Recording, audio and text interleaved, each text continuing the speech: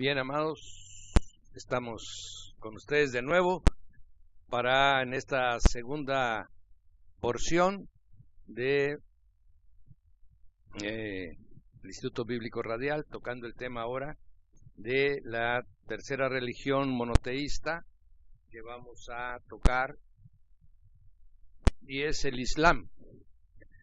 En la línea del tiempo, tenemos que primero es el judaísmo, ¿verdad? Desde Moisés hasta el exilio a Babilonia o hasta la muerte en la cruz del Señor Jesús. Vamos a hacer un poquito donde empieza el cristianismo. El cristianismo se mantiene fiel hasta el año 400 aproximadamente. Ahí empieza el catolicismo romano, bueno, primero apostólico y luego romano, ¿verdad? Hasta el año 1500. Pero en ese intermedio nace otra religión en el año 636 aproximadamente, nace el Islam. Y para entonces ya el judaísmo era una religión muy antigua, muy fundamentada, muy dada a conocer, muy dispersa por todos los judíos que habían ido a todas partes del mundo. El cristianismo había prácticamente abarcado todo el imperio romano, también era conocido, de tal manera que el territorio donde nacería la fe del Islam es en la parte de Arabia, había sido evangelizada por cristianos, vivían muchos judíos en esas zonas, en esos territorios, y convivían de una manera pacífica con los pueblos árabes, ¿verdad? De toda esa zona, estamos hablando de la península arábiga. Ellos vivían en mutua conformidad, se respetaban mutuamente, y de ahí sale que aparece el personaje que le dará origen a la fe islámica, y estamos hablando de Mahoma, ¿verdad? El personaje central de todo lo que es el islamismo es obviamente su Dios Alá y Mahoma su profeta. Mahoma nace en esta zona. Él es un hombre muy de tendencia religiosa, un hombre un poco dado a este tipo de meditaciones, y él va conociendo en su vida, va caminando en su vida, se casa con una viuda muy pudiente, comerciante además, y entonces Mahoma se encarga de las caravanas de mercancías que ellos vendían y compraban, y de esa manera Mahoma va teniendo contacto con muchos pueblos, y donde había cristianos, donde había judíos, y de alguna manera va escuchando, va oyendo, ¿verdad? Y el detalle es que Mahoma no aprende a escribir. Mahoma es analfabeta, ¿verdad? Bueno, así era mucha gente en ese tiempo, no es un oprobio, sino estamos nada más tratando de hacer el perfil del personaje, ¿verdad? Entonces, y en un día determinado, ya viviendo con su esposa, Aliya, él siente un llamado. Era un hombre que se retraía a la meditación, de lo que escuchaba. Tenía una prima hermana y un tío que eran católicos, ¿verdad? Ellos le enseñaban, le platicaban de esa fe a Mahoma, y eso lo hacía a él entrar en reflexiones de pensamiento, y un día se aparta a un lugar donde él acostumbraba a ir, ¿verdad? Y se va a ese lugar que era una cueva, y en esa cueva él recibe una visitación.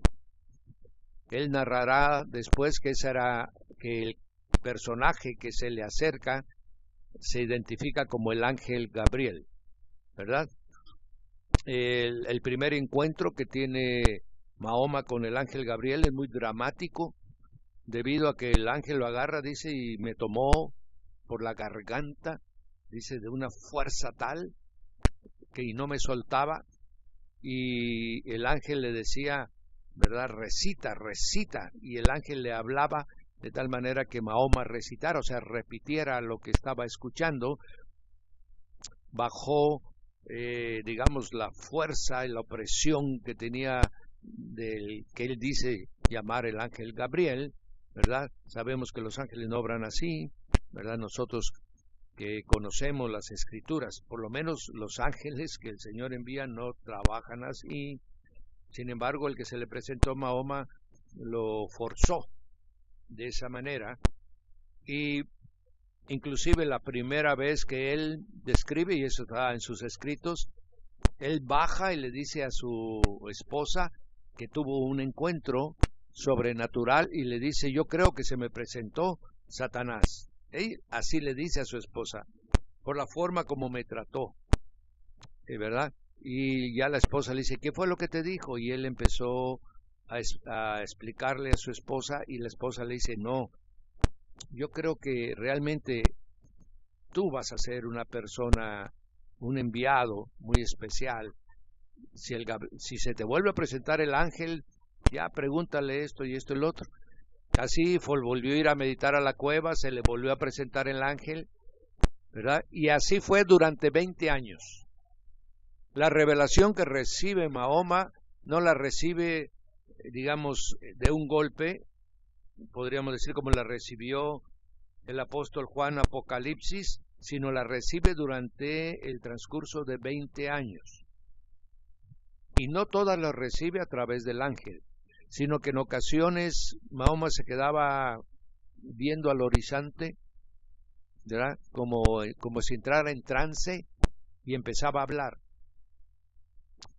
Sus familiares que estaban alrededor de él, que ya eran más los que iban escuchando lo que él decía. Los que sabían escribir, escribían. Los otros memorizaban, ¿verdad? Con esa extraordinaria habilidad que tiene la gente del Medio Oriente de memorizar porciones tan grandes de lo que escucha. Y en otras ocasiones le daban ataques epilépticos, ¿verdad? Y en esas condiciones él empezaba a hablar, a recitar, ¿verdad? Y los que estaban alrededor de él, pues lo mismo, escribían o memorizaban.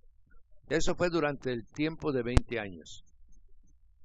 Conforme el tiempo fue pasando, en esos 20 años, Mahoma, su esposa, pues le dice que debe seguir el llamado al cual fue dado, y entonces él empieza a dedicarse de alguna manera, no muy rápido, porque el primero tenía temor de dar a conocer lo que había, pero su esposa y su tío son un refuerzo muy grande, y la prima, ¿verdad?, que había sido inclusive una monja católica y que ya había dejado los hábitos, lo empiezan a guiar en la forma como él dice. Por eso, para muchos estudiosos y eruditos, no saben realmente cuánto fue lo que realmente recibió Mahoma y qué fue lo que pudieron haber agregado su tío y su prima, porque pues él caía en trance y después no recordaba lo que había dicho, y ellos le decían, no, dijiste esto y esto y esto y esto y esto, ¿verdad? Ya era el regreso de alguien que recibió la información. Y así fue como fue caminando. Al principio, los primeros versículos del Corán, que no los va usted a encontrar al principio, mi hermano, porque el Corán tiene una forma muy particular de escribirse. El Corán es un desorden, ¿verdad? Es un desorden. Por ejemplo, el último versículo que se le reveló a Mahoma está en el capítulo 9. Y los primeros que se le reveló está en los capítulos 80, 90, en fin. Por eso se necesita un imán, o sea, una persona entendida en el Corán para explicarlo. Nadie puede entenderlo, ¿verdad? Digamos, no es como la Biblia, que usted la abre y y empieza cronológicamente desde Génesis, cómo creó Dios el cielo y la tierra, cómo escogió a Noé, luego escogió a Abraham, luego escogió a un pueblo, cómo fueron los jueces, los reyes, la venida del Señor, que está en un orden cronológico y que usted puede entender cómo fue el desarrollo de la revelación de Dios al hombre. No, en el Corán brinca de una para otra, ¿verdad? Entonces, usted debe de conocer, hay dos grandes grupos de versículos, los que se escribieron, ¿verdad?, en la Meca, y los que se escribieron en el otro lugar donde residió Mahoma, ¿verdad? Son dos grupos de versículos y son diferentes.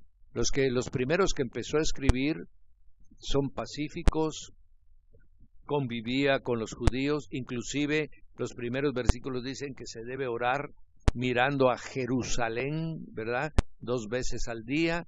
Después lo cambiaría cuando llegó a la Meca, diciendo que se debe de orar 5 veces viendo a la Meca, ¿verdad? Es como ya fue cambiando su doctrina. Y los últimos versículos que él recibe de parte de esto, él ya dice que ya no hay que convivir con el infiel.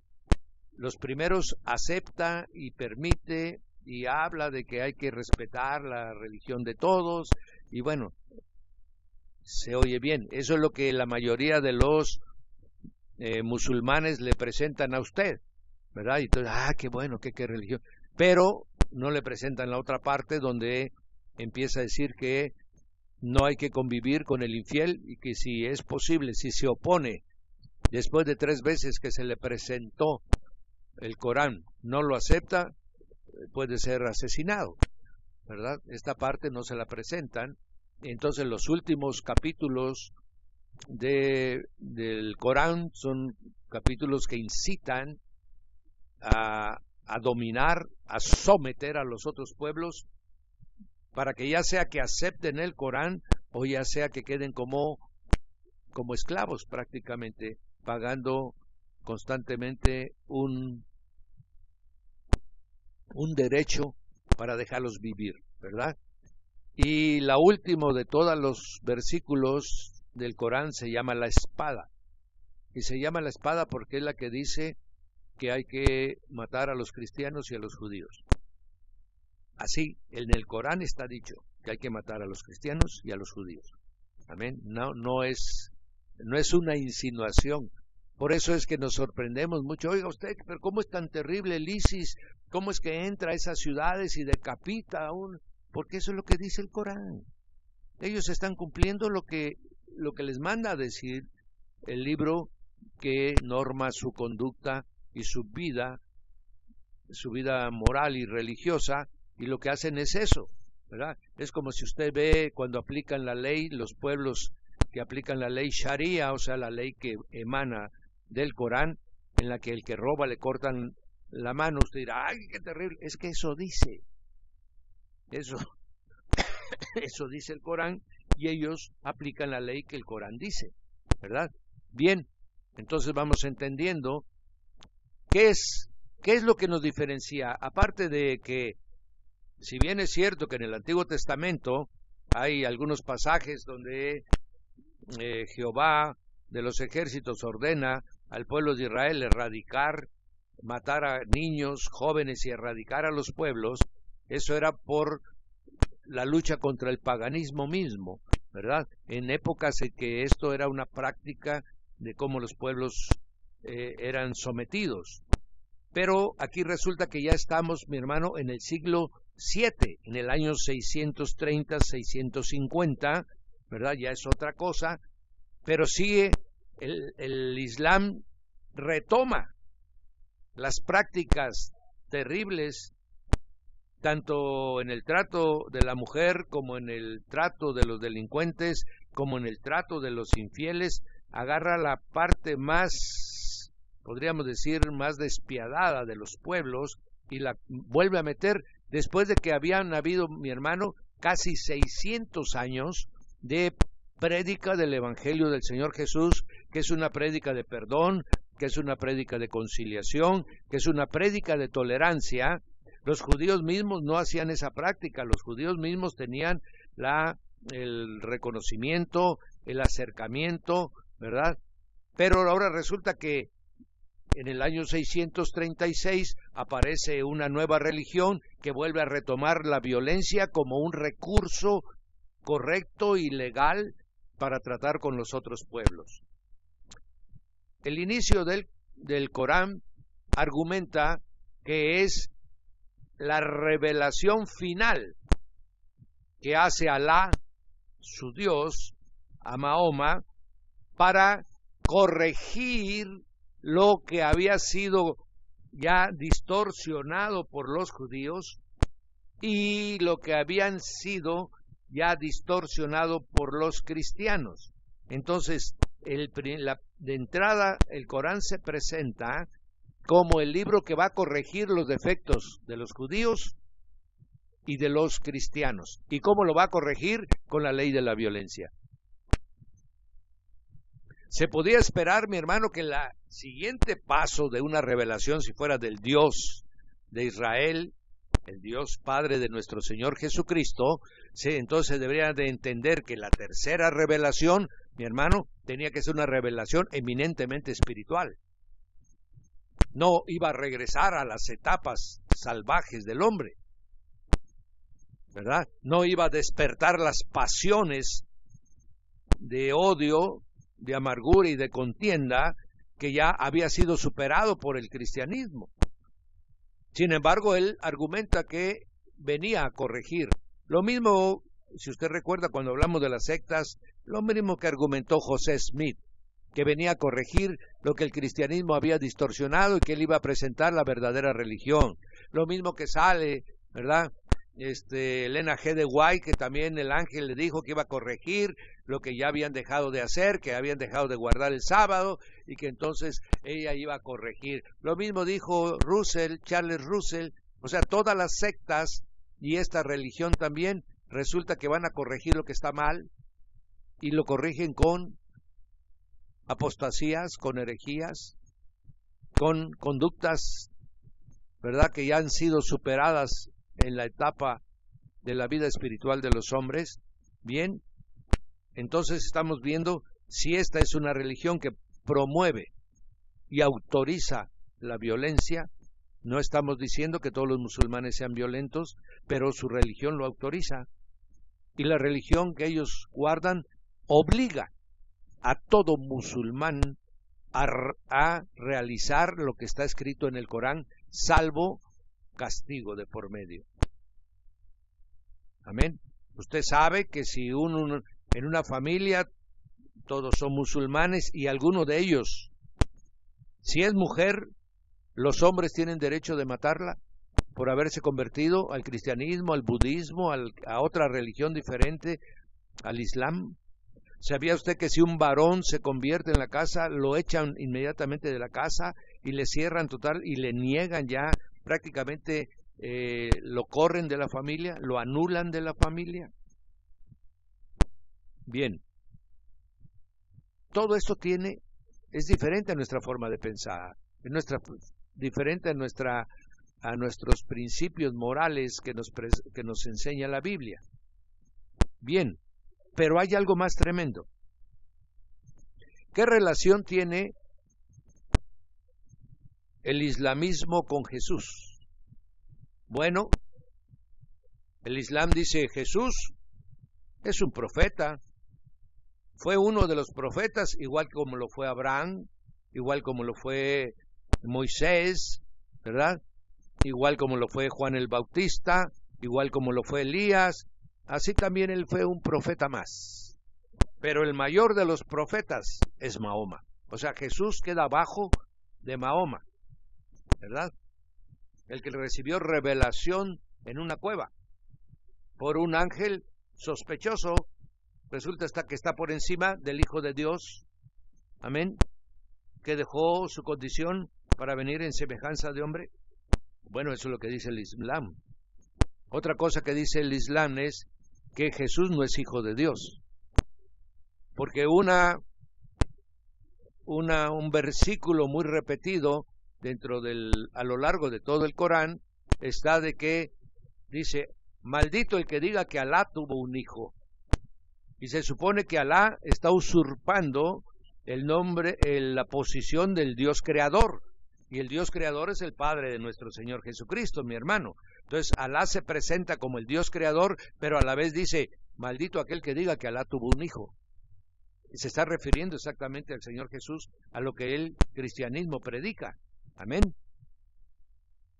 Entonces, ¿qué es lo que está sucediendo? Que el islamismo reduce al Señor Jesús a una condición de un simple hombre que nació de una mujer. Bueno, eso es lo que dicen muchas sectas, ¿verdad? Pero en este caso estamos hablando de 1.200 millones de personas que creen eso. ¿Cómo nos vamos a unir los cristianos protestantes evangélicos con una religión que dice que Jesús es un hombre? Si la base de nuestra fe, mi hermano, que Él es el unigénito Hijo de Dios, que está sentado en gloria y majestad y que juzgará a vivos y a muertos. Otra cosa que dice también el Islam referente a Jesús es de que al final de los tiempos vendrá Jesús y anunciará la redención del mundo, y entonces vendrá el último profeta de los musulmanes, ¿verdad? ¿Qué quiere decir? Ellos le llaman el Mahdi, que Jesús va a venir como si fuera el falso profeta, mi hermano, de Apocalipsis, para anunciar que viene otro a resolver las cosas de la tierra. No, mi hermano, ahí están distorsionando Apocalipsis 12 y 13, amén, que ya estaba escrito cuando se escribió el Corán, amén. Entonces ellos están dando su nueva versión apocalíptica, tergiversando lo que ya estaba escrito. Si viene el Corán a resolver las dudas que existían, debió haber escrito la porción de Apocalipsis con toda claridad, diciendo las cosas y no tergiversándolas como lo ha hecho, ¿verdad? Bien, otra cosa que dice es de que Jesús era un siervo de Alá. Como profeta que era, dice que desde pequeñito, cuando habló desde la cuna, porque el Corán dice que Jesús habló desde la cuna, desde que nació, habló, y que él era un profeta de Alá. Entonces, es una distorsión tremenda de lo que ya estaba escrito. Y lo que vino a hacer el Corán, mi hermano, fue negar el judaísmo y el cristianismo e implantar una nueva religión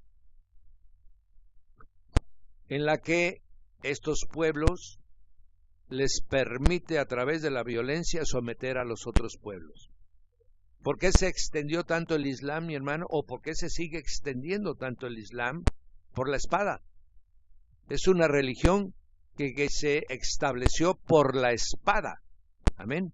Pasando a muerte a todo aquel que se negaba a aceptar la religión del Islam. Así fue como se extendió y se sigue extendiendo. Actualmente en África es la misma forma como aplica.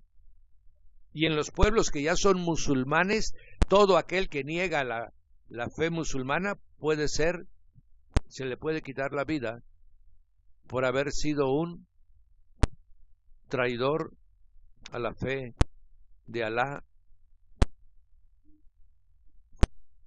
Entonces estamos viendo que nosotros vamos a unirnos con una religión que niega a Jesús como el Hijo de Dios. Vamos a unirnos a una religión con un Dios que quiere usurpar la posición del Dios de Abraham, de Isaac y de Jacob.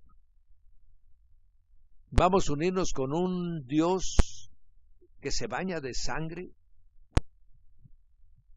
Cuando ya vino la manifestación del amor de Dios a través de Jesucristo. Entonces, esta es la cuestión del Islam.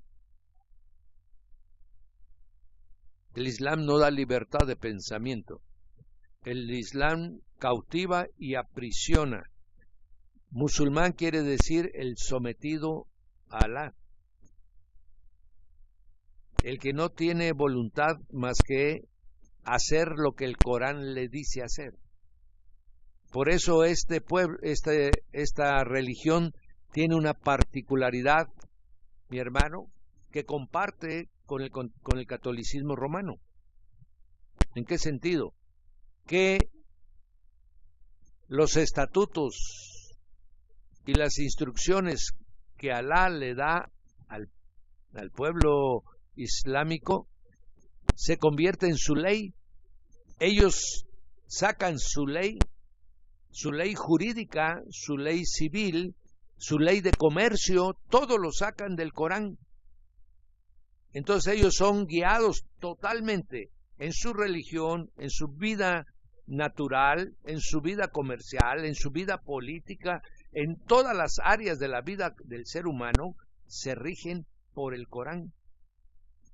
Lo mismo ha pretendido el catolicismo romano, y eso trató de hacer en Europa, y lo hizo durante muchos años, que a través del derecho canónico se ejercieran los pueblos y se sometieran las leyes de los pueblos al derecho canónico que ejercía el catolicismo romano.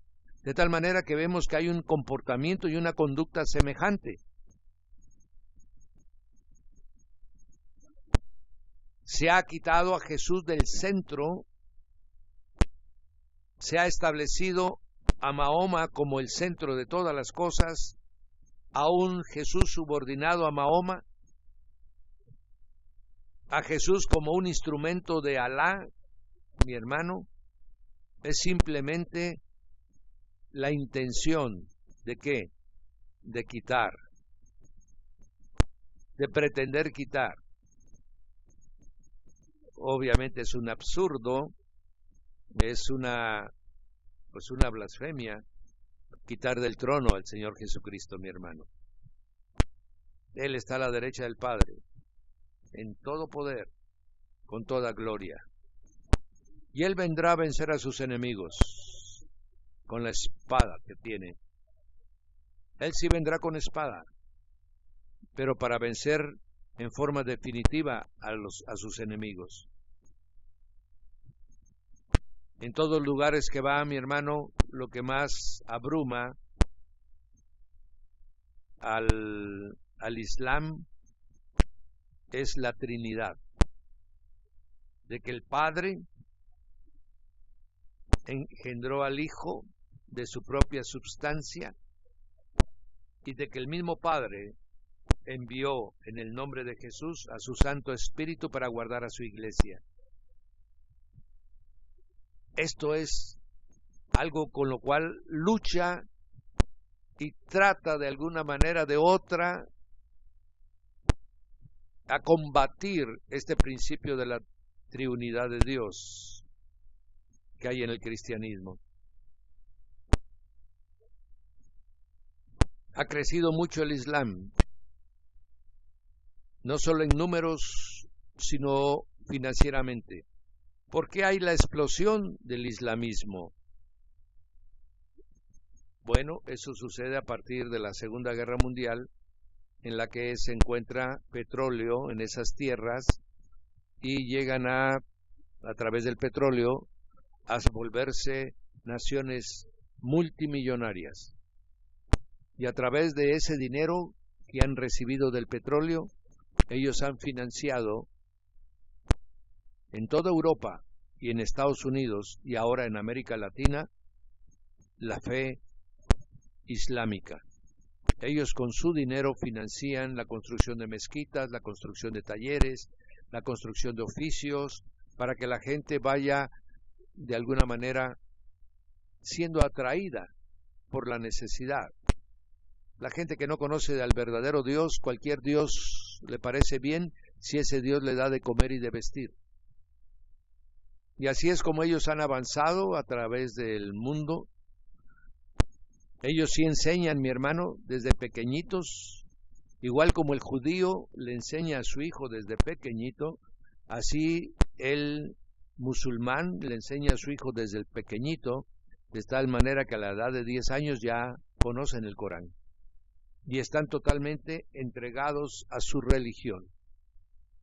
Mientras el cristianismo se ha convertido en un tolerante, irresponsable y negligente en instruir a sus hijos en la fe del cristianismo, el Islam y el judaísmo siguen manteniendo sus raíces desde la corta y pequeña edad.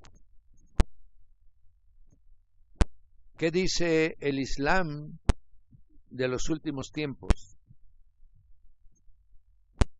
Dicen que están esperando al último de sus profetas, que están esperando a lo que ellos llaman el Mahdi, o sea, el Salvador. Ellos dicen que la tierra va a entrar en un caos, van a entrar en guerras, va a entrar en luchas y contiendas unos con otros, y hasta que no se vea el desespero en todo el mundo, no vendrá el Mahdi, porque el Mahdi va a venir a poner paz en la tierra, va a venir a dar paz y seguridad a las naciones. Por eso es que los pueblos musulmanes promueven, mi hermano, la violencia entre los pueblos para crear un caos. Amén. Y de esa manera, cuando el caos esté en la tierra, vendrá su Mahdi.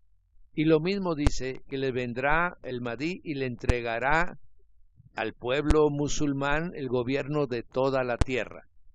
¿Verdad? ¿Qué está haciendo? Está copiando, está falseando lo que establece las Sagradas Escrituras. Los judíos están esperando su Mesías, que también los va a convertir en el pueblo que va a reinar sobre toda la tierra. ¿Qué están esperando los grupos luciferinos? Están esperando al anticristo, el que va a venir, a Lucifer, que va a venir a salvar a la tierra de toda su situación, va a venir en tiempo de caos y va a poner paz y prosperidad en la tierra. ¿Qué está esperando el Islam? Está esperando su Mahdi, que en tiempos de guerra y en cuestiones de lucha entre todos los pueblos vendrá y pondrá paz y seguridad en toda la tierra. Qué curioso que todos esperen lo mismo, pero con diferente personaje. Lo que han hecho es, mis amados, no es más que un falseamiento de lo revelado por el apóstol Juan. Revelado con todo detalle, mi hermano.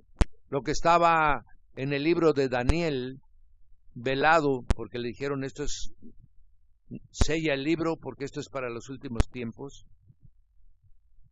A Juan le dijeron, no cierres el libro, que quede abierto para que todos se enteren.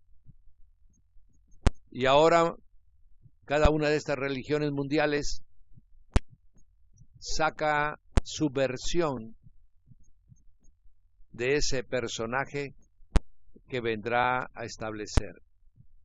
Primero vendrá el anticristo, mi hermano, y ese será el Mahdi de los musulmanes.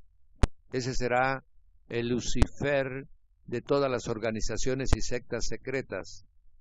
Ese será inclusive el que espera ese grupo tan secreto del catolicismo romano, que es el que gobierna toda esa iglesia y que están esperando también. Amén. A ese libertador que no es Jesús. Entonces, ¿cómo vamos a unirnos? Porque estamos hablando del tema del ecumenismo todavía. ¿Cómo es que vamos a unirnos, mi hermano, en una sola fe? Si hasta la esperanza final, el personaje es totalmente opuesto uno de otros, y especialmente la de todos ellos con Jesús, mi hermano.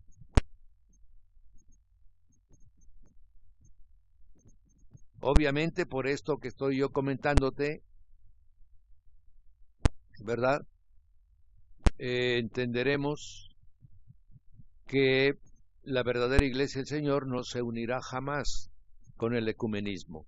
los que sean engañados y confundidos, los que tengan, como dice la palabra, su Dios es el vientre, que andan buscando quién les da de comer y al que les dé de comer a ese le hacen reverencia, pues se van a apartar del cristianismo actual y se van a ir a conformar las filas, como ya lo están haciendo tantos falsos apóstoles, tantos falsos profetas, tantos falsos maestros, ¿verdad? Que lo único que están haciendo es buscar, mi hermano, su ganancia propia. Entonces, con este tema que hoy estamos compartiendo, estamos cerrando el tema del ecumenismo y el día de mañana empezaremos a hablar de los últimos tiempos ya para cerrar con la porción de escatología esta y la próxima semana, ¿verdad? Que estaremos dando por terminado en este mes lo referente a el tema de la escatología en las diferentes religiones. De esta manera, pues, estoy tratando de compartir contigo, mi hermano, para que no seamos engañados y confundidos, para que realmente conservemos la fe que una vez se le dio a los santos y que a nosotros la hemos recibido por la gracia divina. Debemos de entender quién es el Señor Jesucristo. No se aparte usted del Señor Jesucristo, mi hermano. Él es el que lo redimió. Es más, le voy a decir para que vea usted quién es el Señor Jesucristo para nosotros. Juan capítulo 1, el Verbo, el que estaba con Dios desde el principio, el que hizo todas las cosas por medio de la palabra, el que es la luz que le da vida a los hombres,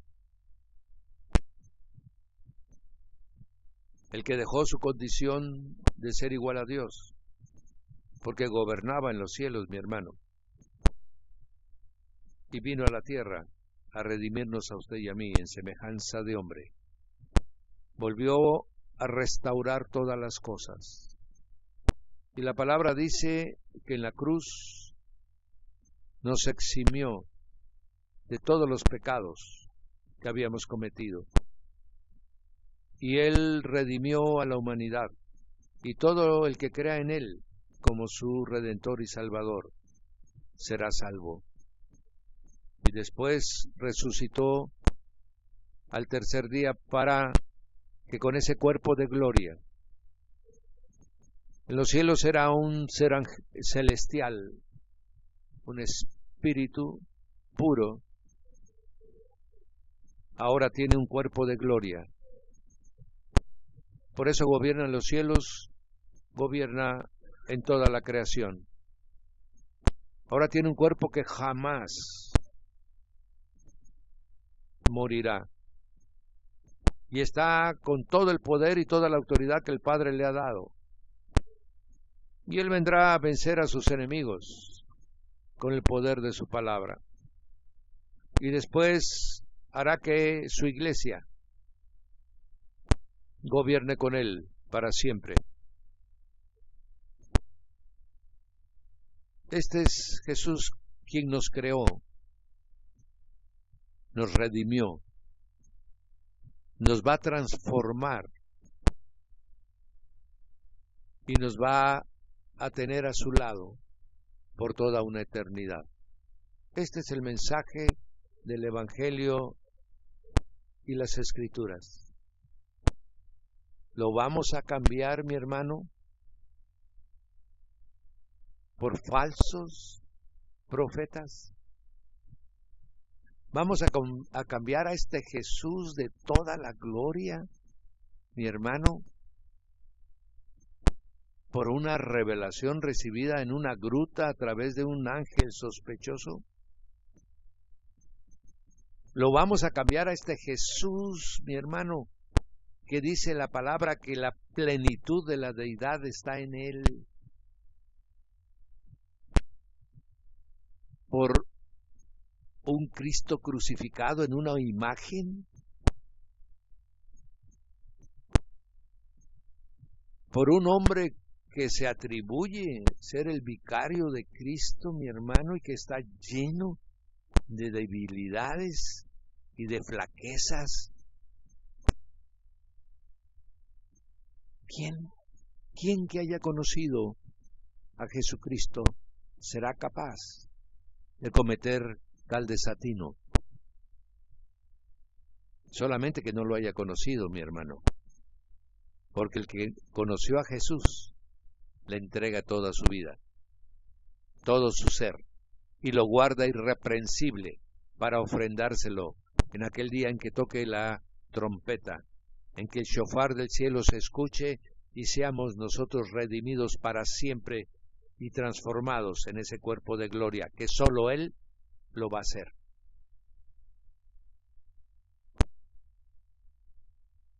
Por ejemplo, las tres religiones, el judaísmo, el catolicismo y el islam, a nadie le pueden decir que es salvo, a nadie le pueden garantizar su salvación, mi hermano.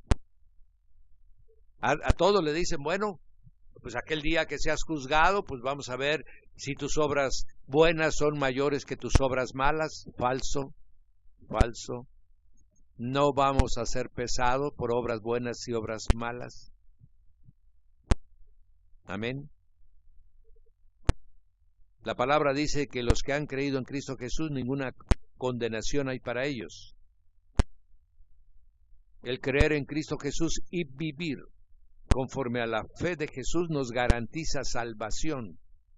Por eso es que el verdadero cristiano que ha conocido del Evangelio sabe que si está viviendo conforme a la palabra de Dios, él será salvo, porque el Dios que lo llamó es fiel y verdadero. En cambio, la única razón, por ejemplo, del Islam, ¿cómo sabe un musulmán que va a ir al paraíso? La única posibilidad que tiene de certeza es de que muera en batalla a favor de Alá. Por eso es que ellos se entregan, mi hermano, a la guerra, ellos se entregan a la lucha con tal fervor de que los maten. Por eso es que se ponen las bombas alrededor de su cuerpo, mi hermano. Por eso es que pueden agarrar un carro como proyectil y echárselo encima de la gente, de los tanques y de lo que sea, porque lo que quieren es morir para irse al paraíso. Es la única, el mismo Corán así lo dice. Y por eso las gentes que usted, si ve los documentales de los familiares de aquellos que se han ofrecido como sacrificios humanos, están contentos porque su hijo está en el paraíso y porque además eso bendice a la familia, la bendice aquí en la tierra porque el gobierno le paga una cuota especial y lo bendice en el cielo porque puede interceder por ellos. ¿Qué es lo que dice la Iglesia Católica Romana? Que uno muere y va ¿a dónde? Como católico, va al purgatorio. Y ahí en el purgatorio lo pueden sacar. A través de pago de misas, a través de sacrificio de sus familiares, a través de indulgencias que todavía se venden las indulgencias, para que usted se sorprenda, mi hermano, todavía se venden las indulgencias. Pero a nadie le van a decir, si usted muere se va para el cielo. No, usted se va para el purgatorio. No hay tal lugar, mi hermano. Amén. Como tampoco hay tal lugar del paraíso musulmán. La palabra es clara, el que muere fuera de Jesucristo, ese se va para el infierno, mi hermano. Los judíos que dicen, no, el que muere se va para el Seol. O sea que para el judío, mi hermano, el que muere se va a un estado de inconsciencia hasta el día de la resurrección de los muertos, que habla Daniel, capítulo 12. Y entonces estamos viendo que estas religiones, mi hermano, siguen apartadas del mensaje de esperanza y salvación. que vino a predicar el Señor Jesús. Vamos a ir, mi hermano, ya no digamos del pensamiento hindú, de eso vamos a hablar cuando estemos hablando del final de los tiempos. Ya no digamos lo que dice el budista, no, mi hermano. Nosotros tenemos un Dios vivo, un Dios real, un Dios que oye, que ve, que cuida de sus hijos y que los traerá a Él para vivir eternamente en su presencia. Este es un mensaje verdadero de esperanza. Por este mensaje vale la pena dar la vida por Jesucristo, mi hermano. Conviértase si no se ha convertido. Arrepiéntase de sus pecados. Deje su mala forma de vivir. Deje ese cristianismo liviano. Ese cristianismo sin compromiso que lo va a llevar a la muerte. Y comprométase con Jesús, abrácelo. Entréguele su vida. Entréguele todo su ser, que Él sabrá corresponderle, que Él sabrá bendecirlo, que Él sabrá cuidarlo y sobre todo Él sabrá traerlo a su presencia para vivir toda una eternidad. Por estas razones que les he compartido hoy, no es posible que nosotros compartamos el ecumenismo que espera a un anticristo, ¿verdad?, que solamente gobernará 3 años y medio. Vamos a abandonar al que gobernará toda una eternidad, solo que, como Esaú, por un plato de lentejas, por hambre, dejemos nuestra fe. Bien, mis amados, los bendigo en el nombre de Jesús. El día de hoy terminamos con el tema del ecumenismo, ecumenismo a través del estudio de las religiones monoteístas, y el día de mañana estaremos con ustedes ya hablando de escatología. Primeramente Dios, que el Señor los guarde, los bendecimos en el nombre de Jesús, y se despide de ustedes el pastor Raúl Peña de Casa Oración Puerta del Cielo, al servicio del Instituto Bíblico Radial, Manantial de Vida Radio 97.3. Sean prosperados en el nombre de Jesús.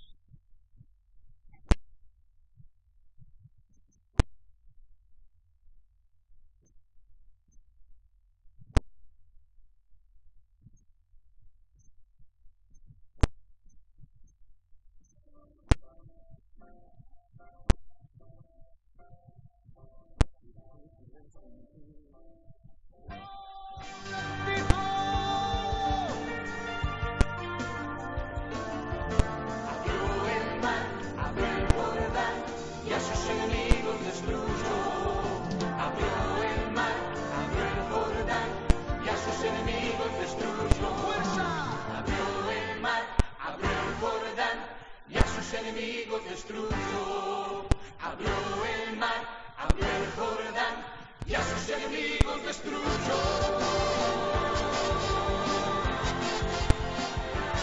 ¡Aplaude al Señor!